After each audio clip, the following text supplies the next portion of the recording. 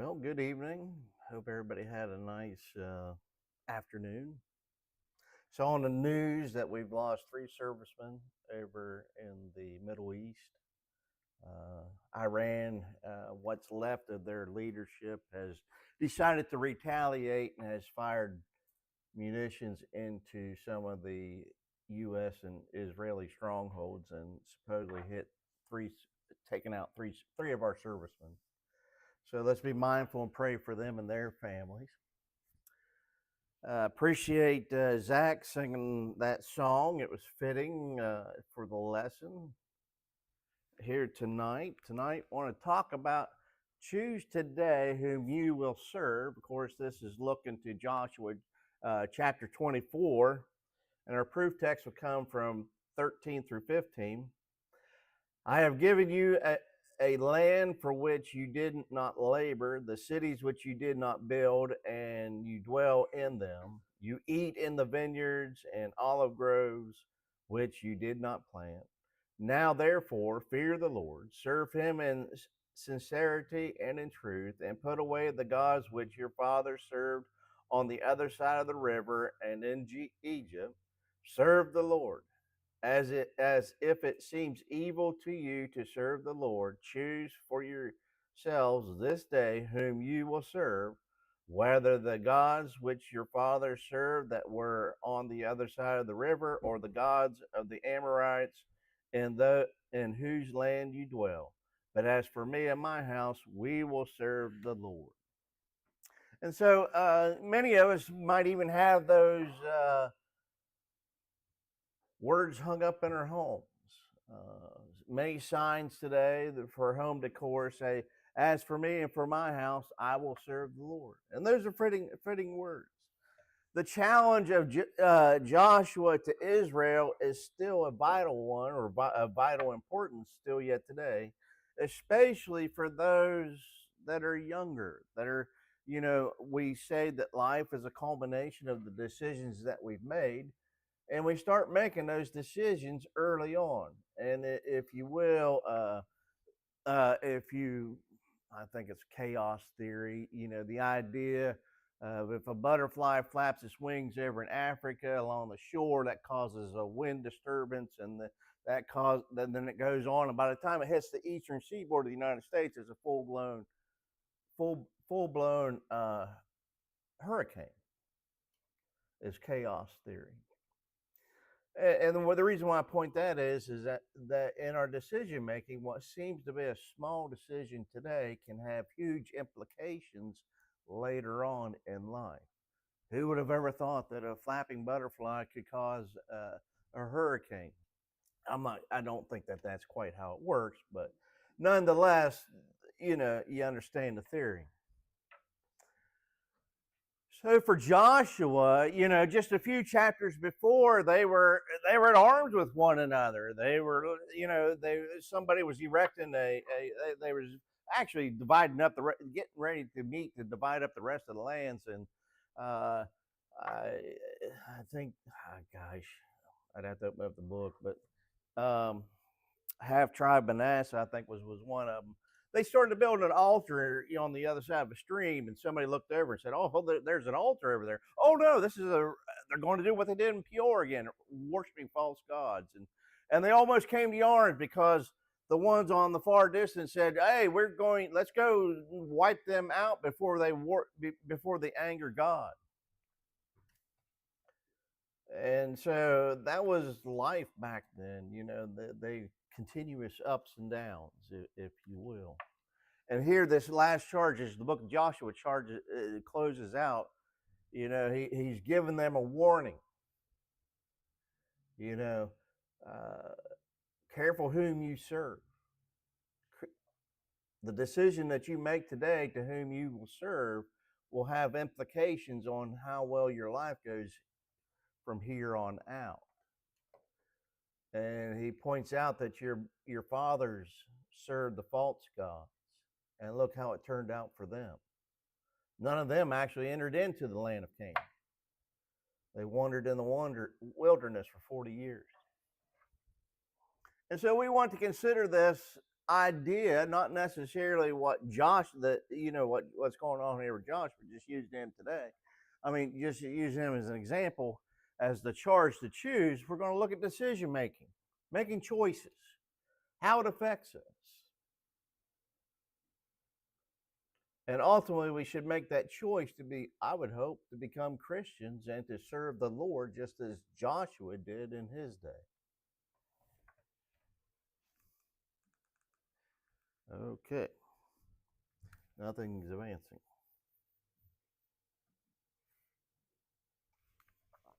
Making wise choices. Every day we make choices. What time to get up, what time to go to bed. I'm going to say hello to this person, or am I not? Am I going to study for my test? We make decisions. What am I going to have for dinner? What am I not going to have for dinner? Decisions, decisions, decisions. Every day we make choices. Some are major and mostly are minor. They're mundane. Do I have a Big Mac or do I have a taco from Taco Bell? Does it really matter? For the most part, no, it doesn't. But then there are some decisions like whom shall I marry, or whom shall I worship, or do I go to worship, or do I become a Christian, or what lifestyle do I live? Those are major decisions. Those are things that we should dwell upon. But even with the minor decisions, a succession of minor decisions can lead to what? Very important implications, right? Something that seems minor today can snowball, the snowball effect, if you will. It gets bigger and bigger and bigger, and before long, you're overwhelmed. Kind of like, mismanaging of your funds, Well, I'll only write about $5 more out of my checking account, or I shouldn't make this purchase, but I'm going to go ahead and do it today. And then pretty soon it worked out last time. Let me try it again. And then, like I say, then pretty soon, before long, you have somebody knocking on the door saying, "We're going to foreclose on your house," or et cetera, et cetera, et cetera. So how we make choices will determine our course and success in life. And that is true. So true, so true, so true. Some common sense guidelines would be, don't make impulse decisions. Don't make decisions, especially major, important decisions. Don't make them spontaneously. Think through, think through them. Import all the data that you can, like what college do I go to? That's a huge, important decision to make. Do I even go to college? Given some of these, what do you call diploma mills? There's a lot of what they call worthless degrees out there that a lot of people spend tens of thousands of dollars on getting, and they still end up working for minimum wage. So again, it can be an important decision. The other thing is we don't want to be indecisive. It's bad to jump into something. Yes, that's bad, but it's also just as bad not to jump into something. Do I put the blinker on? Do I not? Do I go straight? Do I, and the next thing you know, you cause an accident. Do I turn? Do I not turn? Those type of things. Being indecisive can also, we're talking opposite sides of the spectrum, cannot be just as bad as being impulsive in some decisions. So we need to apply good reasoning logic in all that we do. Logic. Use facts, not emotions. Emotions cause our decision making to go astray. Some of the worst decisions that are made based upon emotions. I was upset. Buyer's regret. Well, I really love that car, and I didn't really think through how much it was really going to cost and if I could really afford it. And so you made an impulse buy. So now they call it buyer's remorse. Oh man, I wish I wouldn't have done that.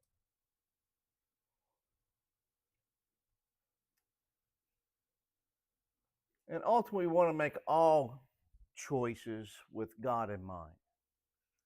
As I've said many times before, there should be like a triage. And the first thing we should consider is, what would God have me to do? Is this something that I have the freedom to do? Is this sin or is it not sin? Or how do I make a decision and keep from sinning? That type of thing. We should always have God in mind. And all must make a choice. In the end, we all have to make a choice. Over in Matthew chapter 6, verse 24, we see, no one can serve two masters.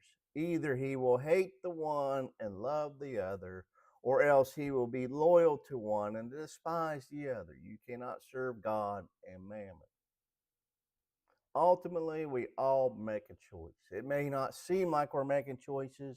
We may try to run and put our heads in the sand, do the ostrich thing, which they really don't do. But anyways, the idea of hiding from making decisions, or trying to get out from doing it, in the end, we all make a choice. We just need to make good choices. So we talked about the importance of making proper choices, and some major choices to be made in life. We need to be people of commitment. We need to stand behind our choices. We don't need to be wishy-washy, as Paul said, being tossed to and fro. In other words, we don't need, well, I'm with Christ. Well, no, I'm with the world. Well, no, we need to stand on firm ground. So making when it comes to making wise choices, the importance of making proper choices with God in mind. That some major choices to be made, that there are major choices to be made in life, and they got to be made. We may try to hide from them, but ultimately we have to do them. And then once we commit to it, we need to follow through and execute what we've said that we would do. So now let's talk about making some proper choices. Let's look at Lot. Lot had a choice, right? Over in Genesis chapter 13, I'll just try to paraphrase. I'm not going to read all this, but if you recall, that between Lot and Abraham's camps, if you will, the men started to argue amongst one another. And Abraham comes to Lot and says, before things get way out of hand, I think we should just go our separate ways. And so Abraham takes Lot down to this area where they're on one side is all this lush green vegetation, this valley. I don't know exactly what it was, but it really looked good. And then on the other side, it was kind of barren and desolate, kind of like a desert looking scene. And Abraham gives him the choice. Whatever you decide, wherever you decide to go, I will go the opposite way. And this will keep peace between us, and peace be. You'll be successful as long as you keep God and do what God says. You'll be good. So Lot made a decision, and that he looked with his eyes. He saw this lush, fertile land, and says, "Oh, I want that. I want that over there. I'm going to go right over there." And Abraham didn't argue with him. He said, okay, you made your choice, and that's where you go. Well, what happens? He ends up in this place called Sodom and Gomorrah, right? His daughters partook in the things that were going on. This was a debauched place. It was so debauched that God sent angels, messengers to Abraham, and said, you know what, I'm going to destroy that place. It is very bad. Well, wait a minute. My nephew's over there. Lot's over there. And yep, he sure is. But we're going to destroy it despite Lot. So he begins to debate, well, Abraham does. He debates God or debates the angel, and basically gets, if you, I think what it was, 8 people. If you can find 8 people, I will spare the city. And he couldn't find that many. And so the choice is made. But at least get my relatives out of there. So the angels go over there and tell Lot what he must do. You and your family must flee from here as it's being destroyed, because God has condemned this area. And whatever you do, don't look back. Well, as they left, what happens? He loses his wife because she looks back. And then from there, his surviving daughters get him drunk and commit sin. They think the whole world's been destroyed and that they have to reestablish mankind. And again, looking at the snowball effect, who would have thought when Lot and Abraham was standing there that what his decision would lead to that? In other words, Lot was thinking. I would argue that he was thinking selfishly. He didn't say, you know what, Abraham, you know what, Uncle, you take the good land. I'll go over here and work this hard land. That's not, Lot wanted the easy way. And the look what, did the easy way cause him for his daughter? No, he didn't that didn't necessarily, but that decision put him into that situation that caused these other things to happen. It's kind of like, when you're young and you hear about somebody's having a party. Well, I'm going to go and I'm not going to participate. Okay. Even if you do go and you don't participate in drinking libations, if you will, drinking alcohol, what if somebody there gets hurt during that thing? You by being there are considered a participant. And if somebody gets seriously hurt, the police are going to want to talk to you as to what you saw, why you were doing there. If the police actually come and break up the party, they're going to nab you too. And then their parents are going to get called. Your son or daughter was at the party. And well, I just went by to see a friend. I wasn't even drinking. But I understand. But, see how it all gets, it begins to spiral out of control. So sometimes through our choices, what I'm saying is we put ourselves into situations, even though we didn't make the decision to be in that situation, we get into those situations nonetheless, predicated off of bad decision making.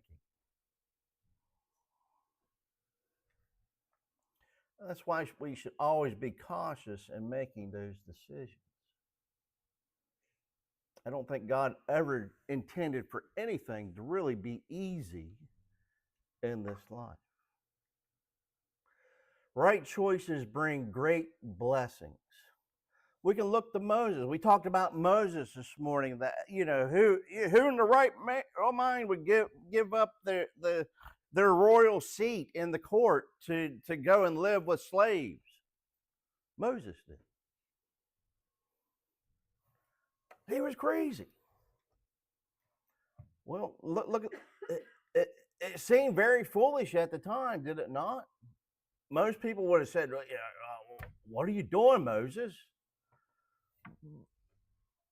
But because of his choice, he is considered one of God's greatest. Because of what he gave up. And because of how he pursued his life. And he appears, at the Mount of Transfiguration, that critical point when in Christ's life, when he decides to obey the Father, he's there as well. That's how much of an impact. That's how important he was to God, that he brought Moses there to be seen.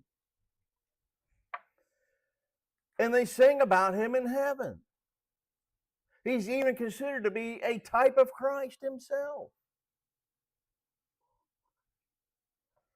All because he made what seemed to be a foolish and dumb decision back in his youth. He decided not to take the easy road, but to take the hard road. I'm going to go and be with my true people. He didn't know them from Adam. He had always been raised as an Egyptian. But yet he decided to do what? He decided to go the hard way. Even when God came and said, you know what, you're going to be my messenger to Pharaoh, he tried to get out of it. He said, no, I'm not a great speaker. I can't do that. I'm just a common man. There's no way. Okay. Your brother Aaron, he speaks well. Take him. Took away all the straw man arguments. And he finally gave in and he became quite successful in the eyes of God. I would also argue in the eyes of Israel. Was everything peachy keen? No, it was a hard road to halt. And he even made mistakes. He even made grave mistakes that kept him out of the promised land. But he was still seen fond as God. Like you say, you see him, and he's written about in the great men of faith.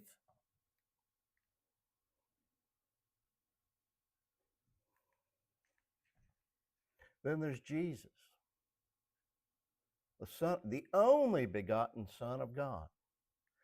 He made a choice that brought blessings to all. Who, being a deity in heaven, who have been with God since the beginning of time, as far as we're concerned, who in their right mind would want to come to a decrepit planet and be born as a human being to feel pain and to live life of misery and to live as a poor person? Who would want to do that? Who in their right mind would even choose to do that? Well, Christ did. Christ did. And because of what he did, now we live in a new age. We now have an avenue into heaven for what Christ did. What a choice that he made. He could have easily said, you know what, Father, I don't want to do that. Matter of fact, in the Garden of Gethsemane, he kind of uttered those words, if it be thy will, let this cup of wrath pass, you know. But if not, I will carry out what you would have me to do. He chose to come to earth and to live as a mere mortal. He gave up his spiritual body, put on the flesh, and lived in the corruptibility of. In other words, he walked and lived just as we are. He felt just what we feel, all the emotions, all the pain, all the anguish, all the suffering that this world has to offer. Christ, he felt it too.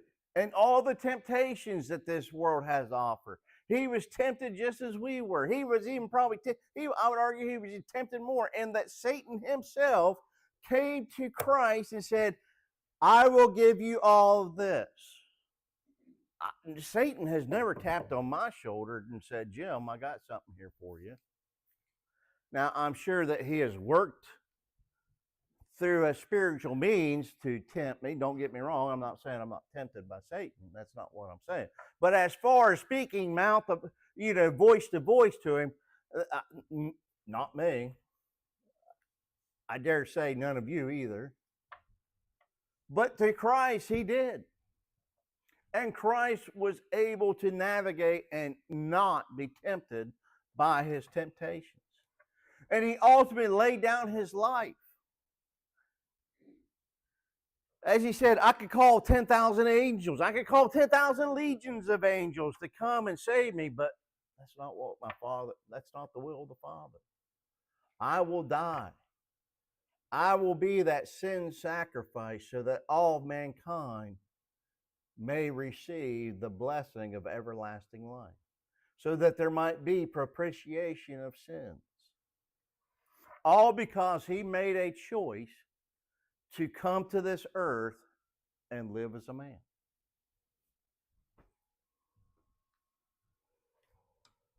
So yeah, sometimes when we make mundane decisions that seem to be nothing, they can lead to great, great blessings. Now let's talk about some major choices that we might have to make. Who your friends will be. The most influential people around you are what? Those that you keep company with, those that you respect, those that you look upon as friends, trusted confidants, if you will. Always consider, First Corinthians 15:33 when making decisions. Do not be deceived. Evil company corrupts what? Good habits. In other words, if you hang around bad people, you're going to end up doing bad things. Just like going to the party. I wasn't going to drink, but you was bad people, so bad things happened. Does bad things happen every time you're around bad people? No, that's not what I'm saying. But eventually, the more that you're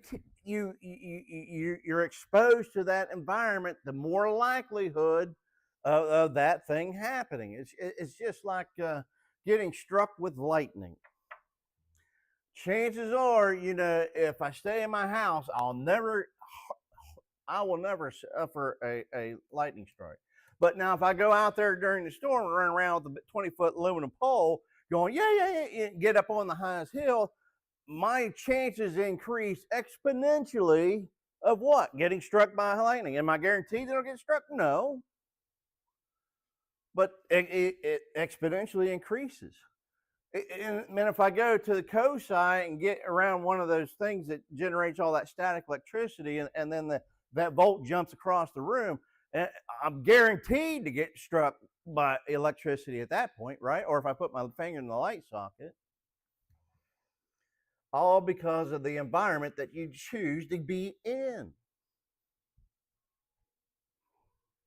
So always remember, evil company corrupts good habits. We always say, oh, I can say no. I'll be okay. Famous last words. Famous last words. Realize the power of peer pressure. Peer pressure it's a huge, huge thing. Exodus chapter 23 and verse 2 says, you shall not follow a crowd to do evil, nor shall you testify in a dispute so as to turn aside after many pervert justice.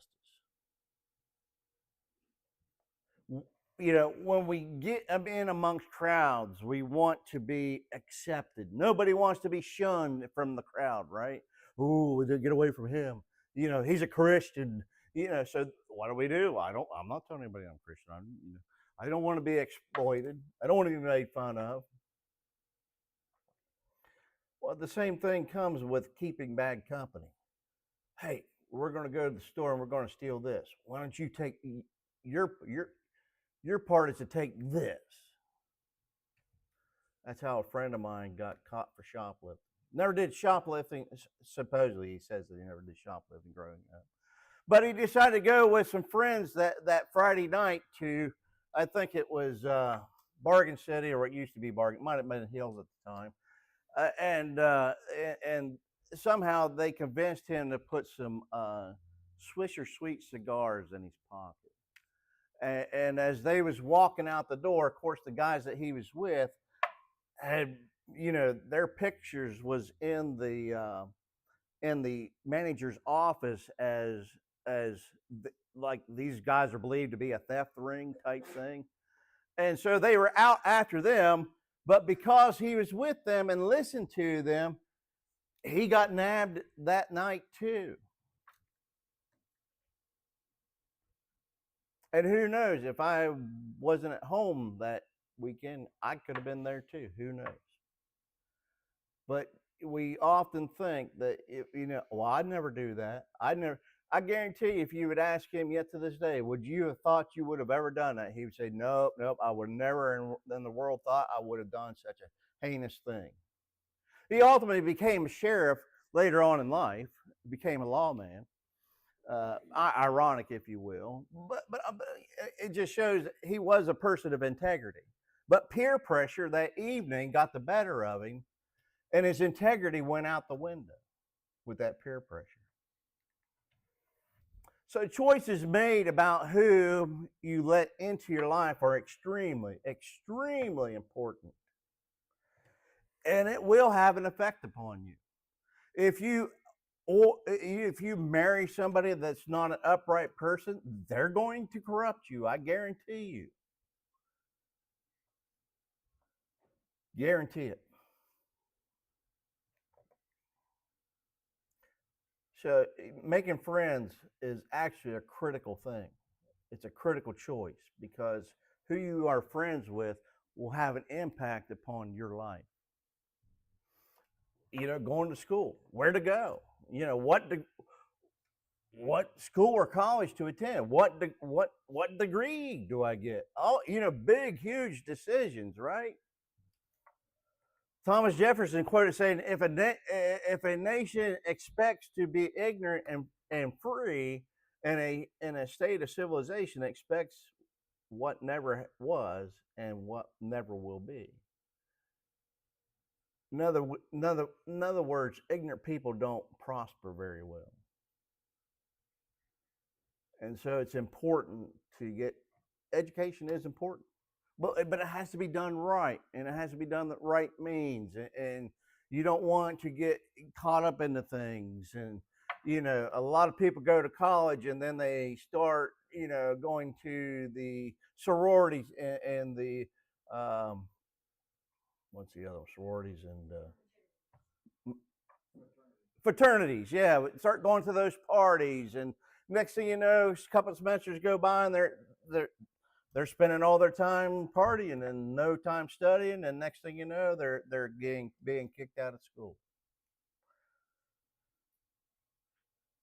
Not what you went there for. And talk to anybody that's gotten a professional degree and what that professional degree has done for them. It goes on to set you up for further success in life. So it is critical.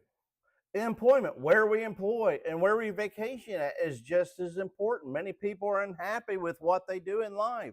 They don't like their employer, so they end up stealing or pilfering from their employer. That's thievery. Or they end up, lying about, oh, I don't feel good today. I don't want to go to work. I can't come and work,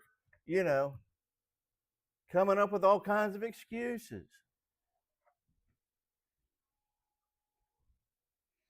Your choice will affect every aspect of your life. If you hate your work, you're going to hate your life.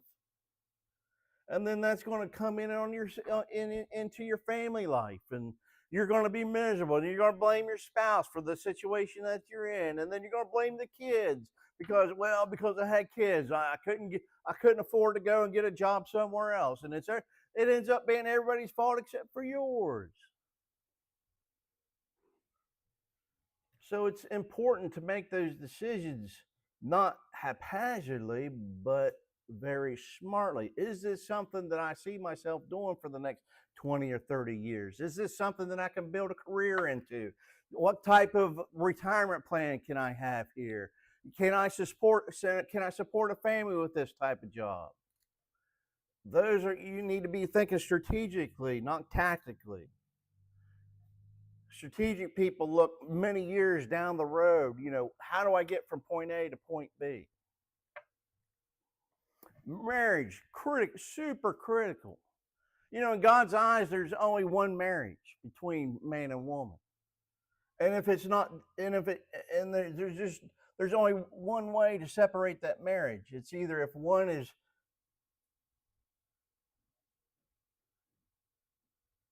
doesn't uphold their marriage, what am I trying to say? Purity, if you will. In other words, that they end up having relations with somebody outside the marriage, then the innocent party has the right to put the other person away. The only other way to end that marriage is through death, till death do us part. At one time in this nation, that meant what it said. It used to be very hard to get a divorce. Nowadays, they have what they call no fault divorce, Anybody, even if you don't want a divorce, you're still going to get divorced because the courts will say, well, your spouse says that it's not working, and so therefore we're going to grant her a divorce or him a divorce.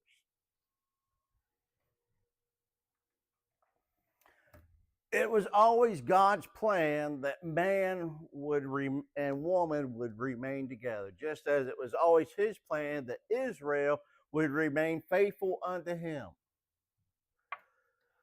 Hebrews chapter 13 and verse 4 says, marriage is honorable among all, and the bed undefiled, but fornicators and adulterers God will judge. Fornicators and adulterers God will judge. You will face a judgment.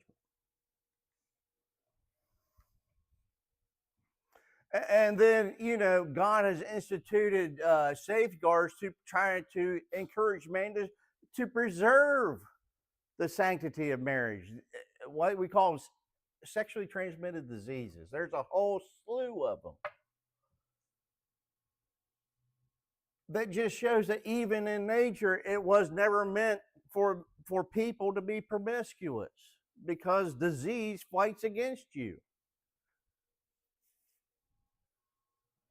I know that's contrary to what the world believes today, and in modern medicines, they seem to find a workaround for all of it, but yet those diseases still exist. There might be cures, and there still actually is no cure for AIDS. There's only medication to prolong the effects of it. In other words, what they do is they slow down the what? The progression of the disease. The disease itself never goes away. You go off the medication, the disease comes right back. So it's important to abstain from those things and take marriage seriously and use good judgment, not infatuation, but true love. Infatuation is being awestruck, because somebody might be very beautiful today, but eventually what? All things corrupt in this world. All things fade away, right? Including marriage. We all eventually all of our faces sag and become wrinkly. I guarantee if you live long enough. There's many of old people that people, oh, look, they're old, but they were quite handsome in their younger years, were they not? So what I'm saying is, if you marry somebody today because of the way they look, the reason why you married them is going to fade away. But if you marry them because you love them, well, love doesn't fade away. Love actually grows. And don't rush into it. Be sure. Nobody said that you had to get married in a week.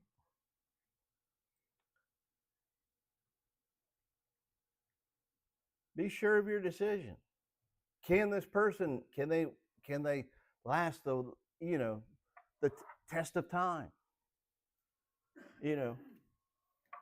How do we work through conflict? How do we work through disagreement? The only way you can do that is by, being with them long enough without being married to work through those situations. But if you don't ever work through those things before marriage, then you get into that marriage, and then you start having the inability to work out conflict. Guess what? It's too late now. Now in this world, people, I just can't get along with them. I need to get divorced. But that's not right in God's eye. Man might say that's okay, but that's not okay for God. And so ultimately, we got to make a wise choice. We got to make a wise choice.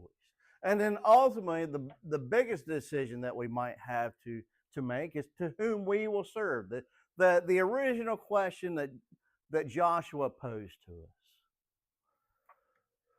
One is urged to make a choice early in life, not later in life. Don't wait till you're on your deathbed. I just don't think you're going to arrive to heaven and find a lot of people that waited until the day that they died to get right with God and expect them to be in heaven. I don't think we're going to be able to live a life. I call that gaining God. I'm going to wait till the last minute and then I'll confess all my sins and then I'll be good to go. I don't think that that's the way it's going to work. You can try that plan out if you want. I'm not going to prescribe to it.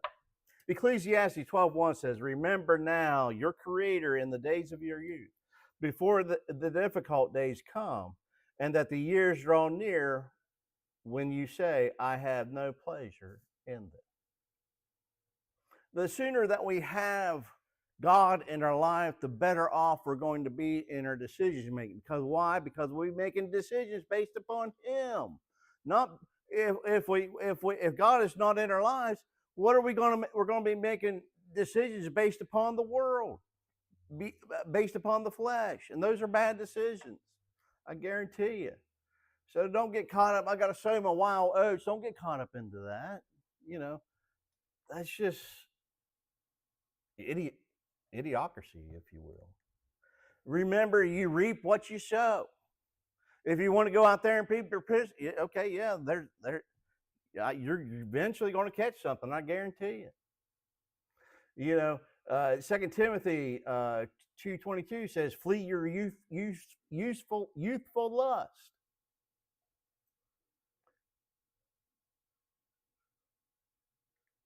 We ultimately have to make this choice: who we will to serve. Am I going to serve God or am I going to serve me, the world?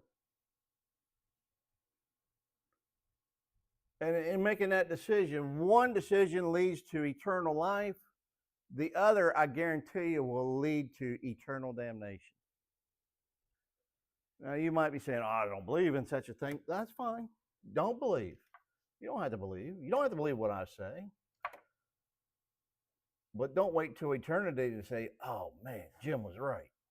The rich man and Lazarus, right? That's what happened to the rich man. He treated Lazarus like dog doo-doo. Wouldn't even give him the scraps off his tables. He gave them to the wild, to the beast, fed his dogs before he would give anything to Lazarus. But one man woke up in paradise and the other one woke up in torment. And the one that woke up in torment was very sorrowful for the way that they behaved in this world. Yeah, I understand that's a parable. But it's also a parable based upon the reality of the spiritual realm. Now, I understand you can't see it, we can't touch it, but it has stood the test of time. And if you want to buy into this philosophy of today that we come from one cell organism and we cosmic goo that happened 13 billion years ago, go ahead and invest in that plan and see where you end up. But as for me and my house, we will serve the Lord. And once you make that decision, be committed. Be committed to the Lord. Proper choice without commitment are meaningless. I can make good choices, but if I don't follow through with them, what good does it do? Just like going to college. If I go to college, but if I'm not committed to studying and getting passing grades, I'm not going to be in college. It does me no good to be baptized and go back into the world and live as a heathen or live the life of a worldly person, because I'm still a sinner.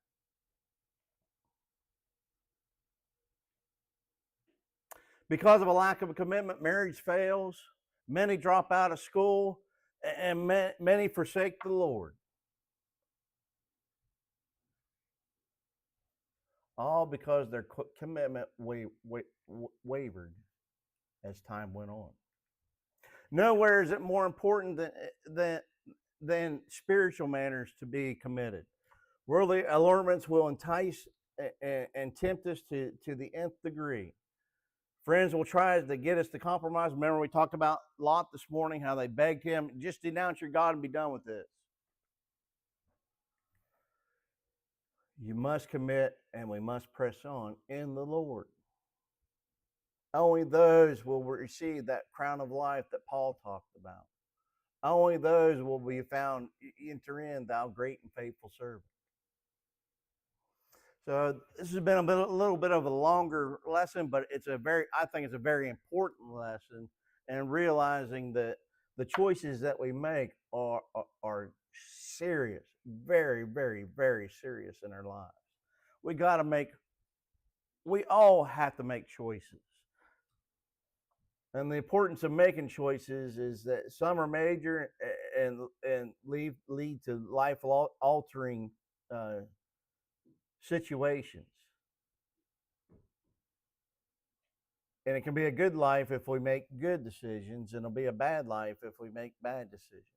And be a person of commitment. Once you get on that path of that straight and narrow, once you get on a good path in life, continue to make good decisions and carry them out.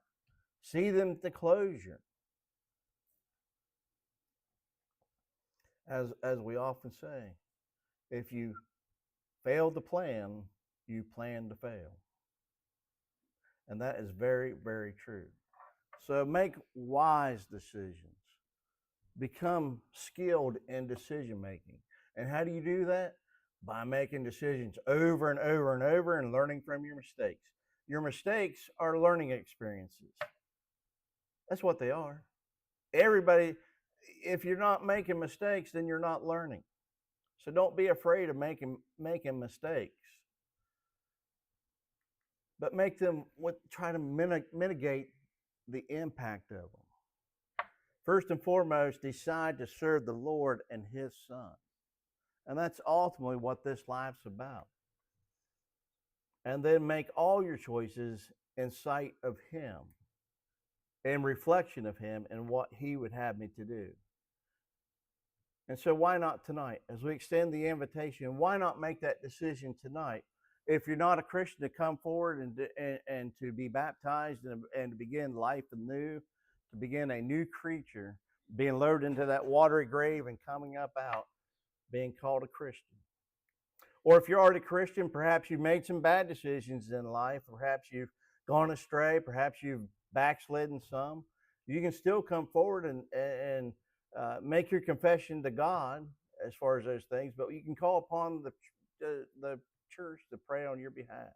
Whatever that case may be, if you're subject to the gospel call in any shape, form, or manner, let it be known as we stand and sing the song of Joseph. Why do you wait, dear brother? Oh, why do you tarry so long? The Savior is waiting to give you a place in His sanctified home. Why not? Why not come to Him now?